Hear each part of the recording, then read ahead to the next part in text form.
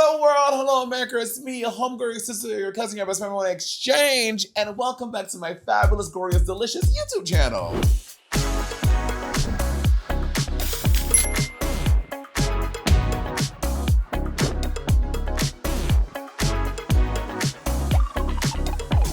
Hey, listen, before we get into the video, I want to take these precious moments to remind you that you should be subscribed to the channel. You should be liking the videos. You should be commenting. You should be having your notifications on so you know every time your homegirl, your sister, your cousin, your best friend Monét exchange drops some new content, okay? So we're going to take a second for you to do it right now. Come on, Robert. Come on, Melissa. Subscribe to the channel right now. Turn the notifications on so you are always getting your girl when you need to get her, okay? And this schedule is really simple. Every Monday, you get one of these videos, and every Thursday is Monét Talks. It's that simple. And also, some live games just here and there. Who knows what they're gonna happen. So if you wanna be on the in and in, on the up and up, subscribe, like, comment right now. That's it. Let's get back into the video. Okay, so I'm very excited about today's video because it's a ranking video, but it's a ranking video of one of my favorite categories of Drag Race, which is the step-down looks. Every mother-tucking season, we're all very excited to see what the old bitch is gonna do to crown the new bitch, okay? And sometimes they're amazing, and sometimes they look like shit. Little editor's note, we're starting at season 5, Jinkx Monsoon, because Sharon Needles was the first live finale, but she didn't do a step-down for Jinkx. So Jinkx really started the step-downs, and we're going all the way through Anya Nerve. So I'm very excited about that. And again, duh, these are American girls. No shade to the international girlies. I don't watch those seasons. I mean, do they even have enough seasons internationally to rank them? Is that shady? But okay. If I were to do an international season, which one would you recommend I do? Which one of the international girlies has the fiercest packages that it will be fun to do this for? Let me know, comment below which one will work. So coming in at number 13, I'm going with Yvie Yvette Oddly. Listen, Linda, listen. So it's important to note, so Yvie did hers basically like at home because she was crowning Jaida, and Jaida was the COVID season, right? So Yvie like made hers at home. It's a bunch of like socks. She's grayscale.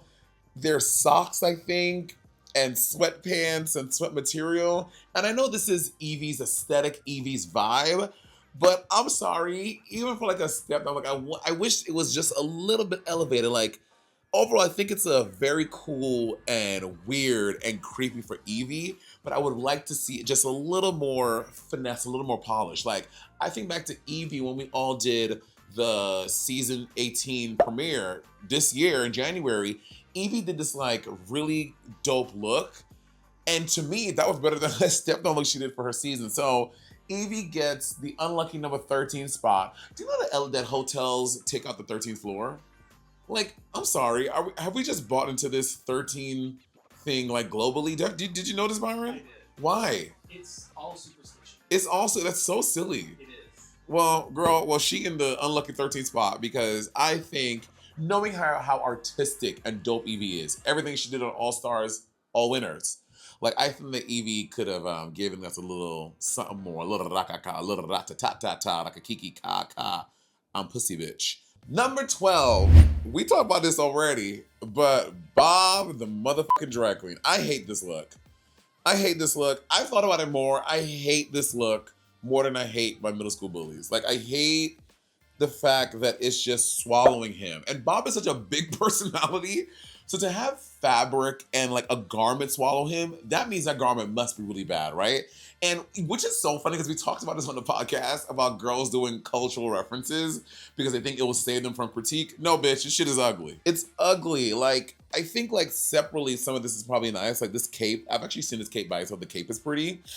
And just some of this facial and stuff is nice, but altogether, I think it's whack. I don't like how it fits his body, and it just is being cultural. It's missing a finesse to make it feel deliberate, regal, royal, and intentional. It just feels like he's just doing it just to do it. He's like, oh, I'll just wear this thing, as opposed to, I'm wearing this garment because my ancestors, when they rose across the Serengeti fields and acquired, you know what I mean? Like, I wanted more to feel that, and I feel like, yeah, I'm wearing this dress because it's what I had.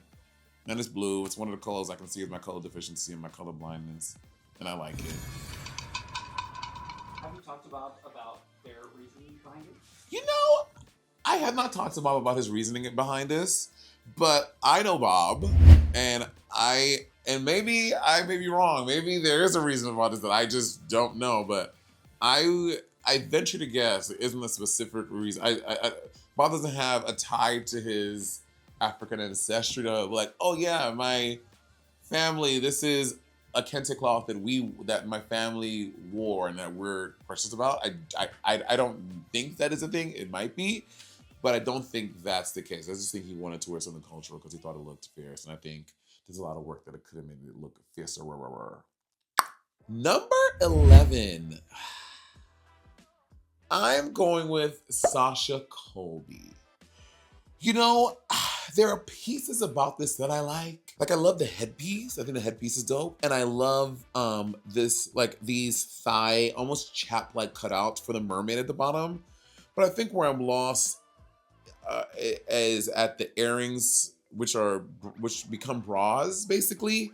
I think there's something here that loses me in the vision of this, which I think why this feels a little shocking is because throughout the entire season, pre-Drag Race, we know what the Colby is capable of, right? And yeah, separate pieces of this feel cool and fierce, but I think overall, from this one moment here takes me out of the entire fantasy. Like, I love the color, I love the embellishments. This almost like Wagnerian Valkyrie headpiece thing is really interesting, but the earring bra, it was not my favorite. And Sasha spent a whole season dominating her season, rightfully earning her GODDESS. And I think that just one thing it up a little bit for me.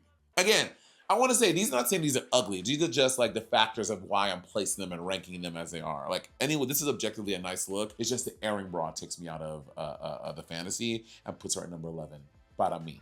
Do you work a lot with Sasha? Because I feel like she's so congenial. Like, do you have any stories about her? You know, I don't work a lot with Sasha. You know, Sasha, because she was on season 15, on season 10, we have not done much crossover in touring or any gig. I don't think I've done a single gig with Sasha. I wish I would, though, because Sasha, from what I've heard, Sasha is a good time girl. The girl she likes to have a little drink. She likes to have a little smoke. Sasha sounds like an amazing person to gig with and work with, but we just never have. So, to the universe, book me and Sasha on something together. Come on, put us on a pride. Put us on a float. Put us on a boat. Like, I would love to do something with Sasha, but unfortunately, to this day, I have not. The winner of season 5, Jinkx Monsoon. Okay, anyone looking at this look knows that this is definitely a step up and evolution from the shit she wore her season. The clothes and costumes Jinkx wore her season, she should not have won her season, should have been in jail. Okay, the fashion police should have arrested her on the spot. So when she came to the finale and the step down, it was like, oh my God, the bitch is going up, because obviously, you know, Jinkx has always had the talent. Jinkx is up to her eyebrows in fucking talent. But the fashion was always a little hit or miss. So this step down was nice. So I'm looking at this with season 5 was what, 2012-ish, something around there. So I'm looking at this with a 2011, 2012 eye. And would someone wear this today? No.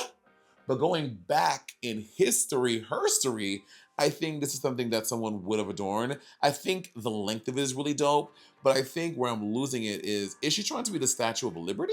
Like, why the Statue of Liberty? Bitch, you from Seattle. I'm gonna sound like Michelle Visage, but this shade of green is not my favorite green. Green is one of my favorite colors, but this specific Kelly green color, I think is good for a bag, right? The Birkin 25 Kelly green. Ugh, delicious. Dress, Birkin Kelly green color, ugh, throw up. So I don't like the color. And I don't know, is this a tulle? I think this is a really tightly gathered tulle to give this loofah-like sea sponge texture. She might be an anemone, I'm not sure. So between the Statue of Liberty, the anemone, and the color, that's why this is a number 10 for me. But it's a top 10, so good for you, girl. Congratulations. Congratulations, Jinkx. You think Jinkx still has this outfit? Maybe. I'd like to see her wear it again. Would you? No, actually, I don't know why I said that. I just lied. I am blatantly lying to you people. I'm sorry. Number 9, as we say in Germany. I'm going with Willow Pill. Now, I love this outfit. I think we're getting into the category where I like all these outfits, it's just how they feel against each other. I think this was a very beautiful look. I'm not sure why cherry blossoms are like a thing Willow identifies, or maybe it's something that y'all know that, or she knows that we don't know. But overall, I think this is a really cool look. The cherry blossoms sprouting out of her back, cascading, making this beautiful picture, framing her body. I think it's really cool. Is it one of the most inventive things ever? No, I think we're going down the line. We're gonna see some really like unique things to these queens that speak to her. I think Willow Pill spent her entire like I hate people, coming with the angle thing, which is a very pedestrian look. I thought her step down would call back to the oddities and idiosyncrasies and weirdities that she gave us her season. Her finale, in her finale season, that like oversized suit thing, like I think Willow has such an interesting perspective on drag. So in her step down look, I was expecting to see more of that as opposed to, like, I think you take out the little plumes, the little cherry blossoms, you could see this at any continental, any pageant, like it's just a pageant gown with these things. So I think that's why it goes in the 9th spot for me, because for Willow Pill, I wanted it to be more Willow. I wanted it to be more absurd, more ridiculous. And it just gave like run-of-the-mill pageant gown with a little extra. Number 8. We're giving it up to the clown, Bianca Del Rio. Bianca Del Rio in this look. So the story Bianca tells about this look is that she was backstage getting ready, because this is also when, oh my God, this is when Drag Race used to do the warm-ups. Y'all remember the warm-ups Drag Race did? When they did the finales at the Orpheum Theater downtown, they would have a queen warm up. Like Bianca would do like, I think she did stand up at the beginning of this to the audience. So Bianca that night, if you watch, I think it's still on Wow Presents Plus or even like the Wow YouTube, she did like a 8-minute, a tight 10-minute set, like making fun of the audience doing her stand up. And then she went backstage to get ready for this look. And the story she tells was that she was back there just putting on some silver eyeshadow. She's like, oh, what if I put a little under my eye? She's like, oh, what if I put a little on the side of my nose? Showing something else on her nose. I was like, what if I put some on my cheek, And then before she knew it, her assistant came back and Bianca took silver glitter makeup and she had encrusted her entire head down to her clavicle in silver glitter and her hands in silver glitter. So apparently that wasn't the plan. She was just there backstage bored. Because if Bianca had just come out in just that silver fucking gown, this would have been, she would have taken Bob's place. Let's talk about fucking basic. But I do think the silver glitter really does level it up. And it's something, I mean, I haven't seen this since or before someone doing silver glitter on their entire body to create this like almost like us. She looks like a silver, what's Emmy? It's almost like an Emmy with like the silver version of it. So I think it's really cool. I'm sure Bianca probably made this fucking gown. She can make anything. Yeah, I think for those reasons, I like this look. But had it not been for the silver body, face, and hand, this would have been a fucking, should have been, you know, I should have taken Yvie's place at the bottom of the list. Number 7. We're giving the number 7 spot to Anya Nerd. I think this is a very pretty look. I think that this fabric is gorgeous. I love how exuberant she looks, because at first I thought it was a white, but it's not a white. It's like a, not periwinkle, not sky blue. Man, I'm such a not periwinkle, not like sky blue, not like lapis, but more like a girl, I don't know. But it's like almost like a bluish, like a pewtery bluish purple color, I think. Yeah, but I think the embellishments of it with these pearls and this beading and the sequin is gorgeous. I love how massive this dress is. I feel like girls don't like wearing massive gowns anymore. Take it back to Cinderella. We're going to the ball, baby. We're going to the ball with a huge gown. Now people did say, oh, she got inspired by Jules, because Jules wore a similar silhouette for their finale last year. I don't think so. Like, just because Jules wore a big gown, you think Anya was like, oh, because she wore one, I'm gonna do one? Especially knowing how y'all trolls are on the internet, how that's gonna be the conversation, that she's copying Jules. No, I think she wanted something big. And this was a very big a look. I think it's gorgeous. I think this is great. And she better work. She better work. For number 6, bitch, Sasha Velour. I saw this in person, honey. Because this was Sasha stepped on for season 9, which was my season 10. And I just love how it's this like weird alien wrapped in a snake biting the apple from the Guardians of Eve, of Eden. The Guardians of Eden. From the Garden of Eden. I think this is a really cool look. The little like silicone tits that are on the outside of her outfit. And like the thing is that if I did not know this was Sasha Velour, I would see this costume hanging up in a mannequin. I'm like, oh, is that Sasha's outfit? Like it screams Sasha Velour.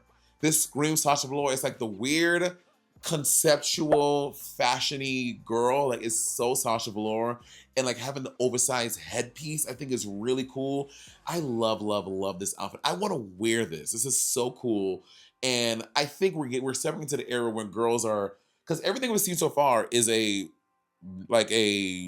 normal gown silhouette, like everyone beside Yvie.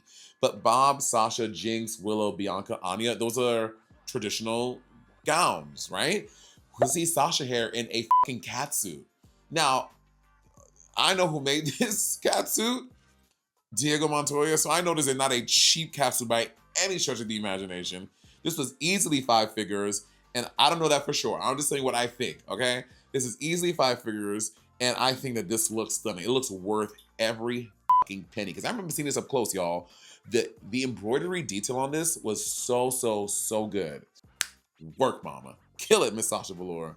I wanna take a day and just go in Sasha Velour's closet. I mean, I probably can't fit nothing. I know I can't fit, well, maybe I can now, actually.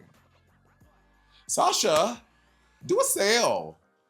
Sasha, do a little drag tag sale. Sell some of this stuff, girl. I want to wear some of these clothes, mama. I don't know, some shady is like, bitch, you wish you could fit this. You. Okay, number 5. The top 5 is another girl who spent her entire season bucking against the system, always sticking outside the box, is none other than my season 10 winner, Aquaria. This, again, I saw this in person as well. This was stunning. I forgot who made this. Maybe Bikala, maybe not, I don't remember. But she's this like exotic, fierce bird of prey. She has these beautiful plumes of feathers going on either. She looks like a really fierce bird. And Aquaria's makeup is always, my God, chef's kiss, perfect every time. I want to just like, I wish I could be like Silas. This is a very deep cut. I wish I could be like Silas from Heroes, the TV show. And I wish I could open her brain and see how it works. Like, because the way that Aquaria thinks about clothes and fashion and costume and all that, it blows my mind because it's always so uniquely her. And in that uniquosity, it's always really fierce. So I think this was really cool. Again, not wearing a traditional gown. Like, oh my God, gown. It's so boring. It's a catsuit. Now, was she inspired by Sasha? Sasha was the year before her. I don't know. I don't know. But I think this was really cool. I think Aquaria, I think even at the finale rehearsals and stuff, I think the idea was she was trying to get them to do it. She wanted to be, because she's being a bird, she wanted to be lowered in. Because she was used to, on Work the World, she used to fly in the Work the World show. She did her Venus number. She was on these lifts. So she was used to flying around the stage. So she was like, I want them to lower me in so I can come in like this like rare falcon like into this theater. But I don't think they allowed her to do that for, who knows, a myriad of reasons probably. But that doesn't take away from how stunning this looks. The makeup is great. The mohawk is fierce. The colors. Y'all, look at the colors in this. Ugh, that girl is so good. Aquaria is so good at fashion. I want more for her in fashion. I feel like Aquaria should be, she should be like, the fashion world needs to put some more respect on this Aquaria's name, in my humble opinion, but that's just what I say about that. Number 4, the top 4. I'm gonna ruffle a lot of feathers here. No, not to ruffle Aquaria's feathers because she is 5. But number 4, I'm going with Nymphia Wind. Nymphia Wind's step down look was nothing short of magical. So Nymphia, this was the finale, obviously happens in LA.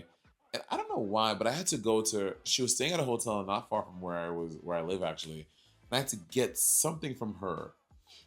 Oh, I think my assistant Ty was helping her out because she needed some more hands because she was like trying to finish this garment in like the 24 hours before they were filming it. So Ty went over to help. I think I had to get something to give Ty something. So I went into the hotel room where they was doing this. And girl, Nymphia was hand painting and all these pieces. She had like a crew of like 4 people working on this like non-stop for like 48 hours. And this outfit truly is breathtaking. What's crazy, what y'all don't know is, this bitch is wearing 3D printed shoes that cost a lot of fucking money. But that's crazy because you don't see them. So you spent all this money in the shoes that aren't even visible. Like, girl, just wear a pleaser. She could have wore a white or custom painted $125 pleaser and got the same result because I think she wanted the height of it. So you got these really intricate shoes, 3D printed to go along with the look, but it's kind of like a waste of money, girl. And when she told me how much she paid for the shoes, I'm like, are you fucking? These new queens will spend all the money on the ridiculosity. Things that are inconsequential do not matter, which drives me crazy. But you know what? It's your money. Do whatever you want with it, but consult the older girls first. We'll help guide y'all. I tell you, baby, you don't need to do that. Go get Lady Gaga wears pleasers on runways. Y'all know that? Y'all know Lady Gaga's 5'2", famously. But on runways, oh my God, no, I'm a baby. On runways, she's a giant. That's because Lady Gaga, in almost every runway outfit she's wearing pleasers. And pleasers give you an extra 6 inches. But I think this is absolutely beautiful. Obviously has, this is Asian inspired. I'm sure she told me some of these. There are some like Taiwanese mythical creatures depicted here. And she talks about some like folklore in Taiwanese culture that she's tying into this. So it's very, very, very culturally relevant in a way that really works. Bob. People are probably gagging, but number 3, baby, I'm saying Jaida Essence Hall. Y'all, I don't know what it is about this look, but I am absolutely obsessed with it.